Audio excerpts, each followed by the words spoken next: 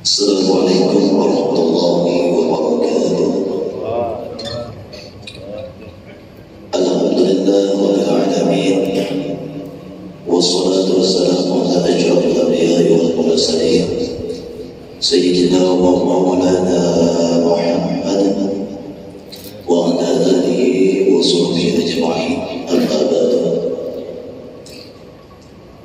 Pertama-tama marilah kita selalu mengaturkan puji syukur kepada Allah Subhanahu wa taala yang mana pada pagi hari ini kita semua masih diberikan oleh Allah berupa nikmat sehat sehingga kita bisa berhadir di Masjid Besar At-Taubah ini dalam melaksanakan kewajiban kita kepada Allah Subhanahu wa taala, yaitu salat fardhu subuh berjamaah. Mudah-mudahan apa yang kita amalkan di pagi hari ini atau di bulan puasa tahun ini, mudah-mudahan Allah Subhanahu wa taala menerima amal ibadah kita selama 11 bulan,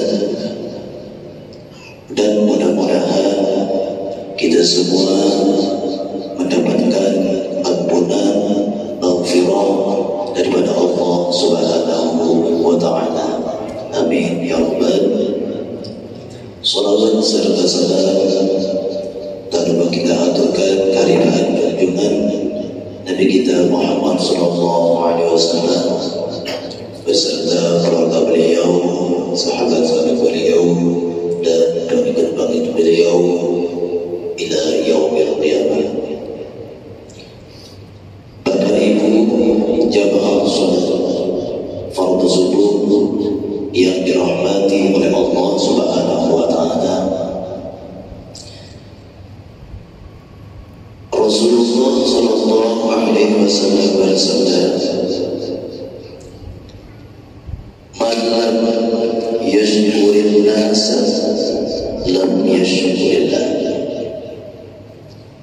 Man lam yashkurin nas lam yashkurillah." Kata Rasulullah, barang siapa yang tidak bersyukur kepada manusia, berarti orang itu tidak bersyukur kepada Allah Subhanahu wa taala. Jadi apabila kita ini tidak bersyukur kepada manusia, kata Rasulullah, berarti orang itu tidak bersyukur dengan Allah Subhanahu wa taala. Karena sangat banyak sekali Allah Subhanahu wa taala memberikan nikmat kepada kita semua, mulai dari ujung rambut sampai ke ujung kaki. Kita tidak sadar bahwa semua itu adalah nikmat Allah, pemberian Allah kepada kita. Jadi kita wajar dan wajib kita bersyukur kepada Allah. Apalagi di bulan Ramadan ini kita diberi oleh Allah kesempatan untuk menambah amal ibadah kita kepada Allah Subhanahu wa taala, dan mudah-mudahan amal ibadah puasa ini menjadi amal yang diterima oleh Allah Subhanahu wa taala. Jadi ada di antaranya manusia ini yang wajib kita bersyukur, yang wajib kita syukuri, yaitu kata Rasulullah SAW itu, yaitu Rasulullah SAW. Dengan adanya Rasulullah SAW ini, kita semua bisa berada di atas muka ini. Tentu itu adalah berkat Rasulullah SAW. Seandainya tidak ada Rasulullah SAW, maka tidak ada kita, tidak ada alam semesta ini. Jadi wajarlah kita ini bersyukur kepada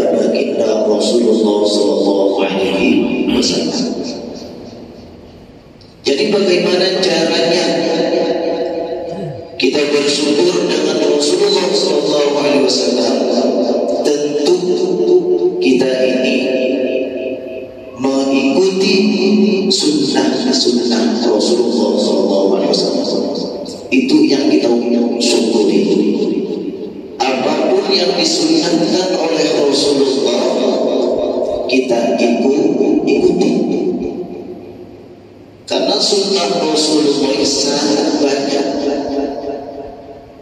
sangat banyak. Sunnah Rasulullah sangat banyak daripada yang wajib. Di antaranya yaitu solat sunnah qabliyah atau ba'diyah. Rasulullah itu sering melakukan atau mengerjakan solat sunnah qabliyah atau ba'diyah. Dan kita sebagai umatnya, kita wajib mengikuti langkah-langkah Rasulullah SAW. Itu tanda kita bersyukur kepada manusia. Rasulullah itu manusia seperti kita, namun tidak seperti kita. Rasulullah makan, kita juga makan. Rasulullah tidur, juga kita tidur. Tetapi Rasulullah itu tidak seperti manusia biasa. Nah, di antaranya juga yang wajib kita ikuti sebagai umat Nabi Muhammad SAW itu, kita memperbanyak membaca salawat kepada baginda Rasulullah SAW. Karena salawat inilah yang akan menurunkan rahmatnya kepada kita, kepada orang-orang yang membaca salawat kepada baginda Rasulullah SAW. Satu salawat kepada Rasulullah itu, maka Allah menurunkan rahmatnya kepada kita 10. Kalau kita mampu membaca salawat 10, Allah menurunkan rahmatnya 100. Kalau kita membaca 100 salawat kepada Rasulullah, maka Allah menurunkan rahmat 1000. Kalau kita mampu membaca salawat 1000 kali kepada Rasulullah, maka kita diharapkan oleh Allah masuk ke dalam api neraka. Alhamdulillah. Jadi wajar kita ini sebagai umat Nabi Muhammad itu bersyukur kepada dengan adanya Nabi Muhammad SAW. Di dalam hadis qudsi Rasulullah Allah berfirman, laulaka ya Muhammad ma khalaqtul aflaq. Yang artinya tidak menciptakan alam semesta bukan karena engkau Muhammad. Karena Rasulullah Allah menciptakan alam semesta ini.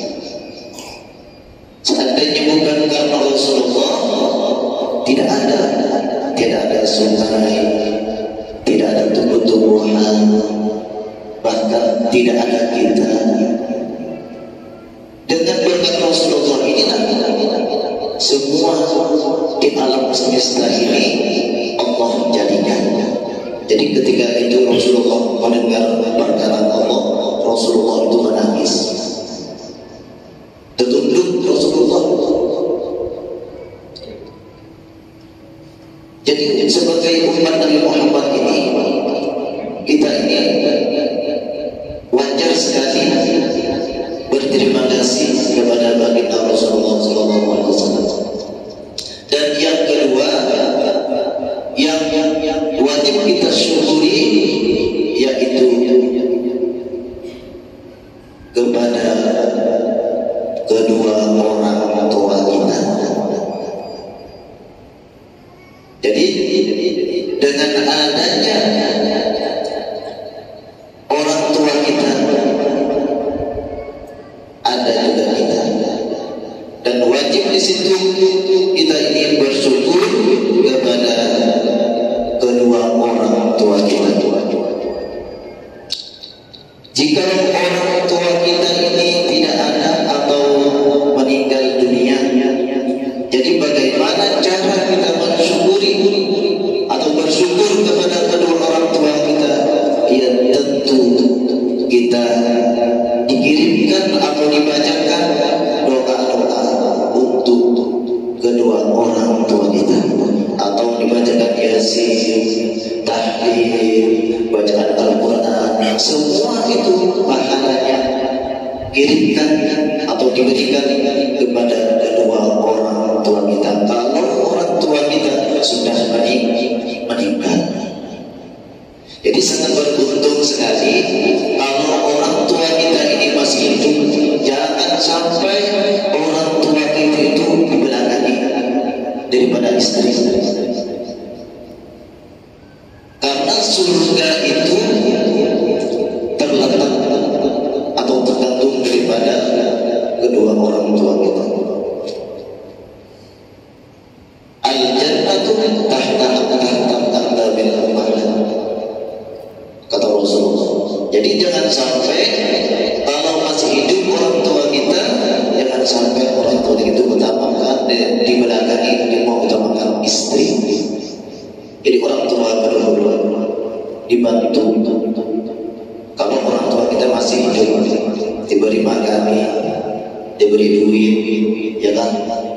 Apalagi di bulan Ramadan ini bersedekah kepada orang tua itu 20 kali lipat pahalanya daripada kepada orang lain. Dibantu belikan super mega, ya kan? Indomega, pop mega, kirim kepada orang tua kita kalau masih hidup. Karena kita itu dibesarkan oleh orang tua kita dari kecil sampai dewasa, bahkan sampai sarjana, bahkan sampai jadi profesor doktor. Kalau sudah kaya raya tidak ingat terhadap orang tua. Bagaimana doanya orang tua terhadap kita? Karena doa orang tua itu adalah diijabah oleh Allah Subhanahu wa Ta'ala. Sekali berdoa orang tua kita kabul orang tua kita itu sekali berdoa. Apalagi setiap waktu, ya Allah lancarkan rezeki anak saya, ya Allah kabulkan hajat anak saya, ya Allah dapatkan jodoh anak saya. Kabul. Di antaranya doa-doa yang dikabulkan oleh Allah Subhanahu wa Ta'ala, yaitu antara adzan dan iqamah. Disitulah doa-doa yang diterima oleh Allah Subhanahu. Tidak ada ditolak ketika itu. Jadi waktu antara adzan sama iqamah itu ada waktu dan waktu yang dijabah oleh Allah Subhanahu. Apapun kita minta kepada Allah pasti akan dikabulkan oleh Allah Subhanahu wa Ta'ala. Nah, waktu sebentarnya antara setelah ada sampai iqamah, disitulah di tengah-tengahnya kita memohon kepada Allah Subhanahu wa Ta'ala. Mudah-mudahan kita semua itu mendapatkan ampunan Allah Subhanahu wa Ta'ala. Jadi apapun kita minta kepada Allah, insya Allah tidak usah ragu lagi, akan dikabulkan oleh Allah Subhanahu wa Ta'ala. Oleh karena itu, marilah kita bersama-sama di bulan suci Ramadan ini berlomba-lomba di dalam kebaikan. Mudah-mudahan di bulan suci Ramadan ini kita semua mendapat ampunan dan semua amal ibadah kita, baik yang wajib maupun yang sunnah, diterima di sisi Allah Subhanahu wa Ta'ala. Amin ya rabbal alamin. Mungkin ini saja yang saya sampaikan. Mudah-mudahan bermanfaat dan mudah-mudahan kita semua dijadikan oleh Allah Subhanahu wa Ta'ala orang-orang dan ahli ibadah, sehingga pada akhirnya kita semua diberi oleh Allah husnul khatimah. Amin ya rabbal alamin. Sekian, wabillahi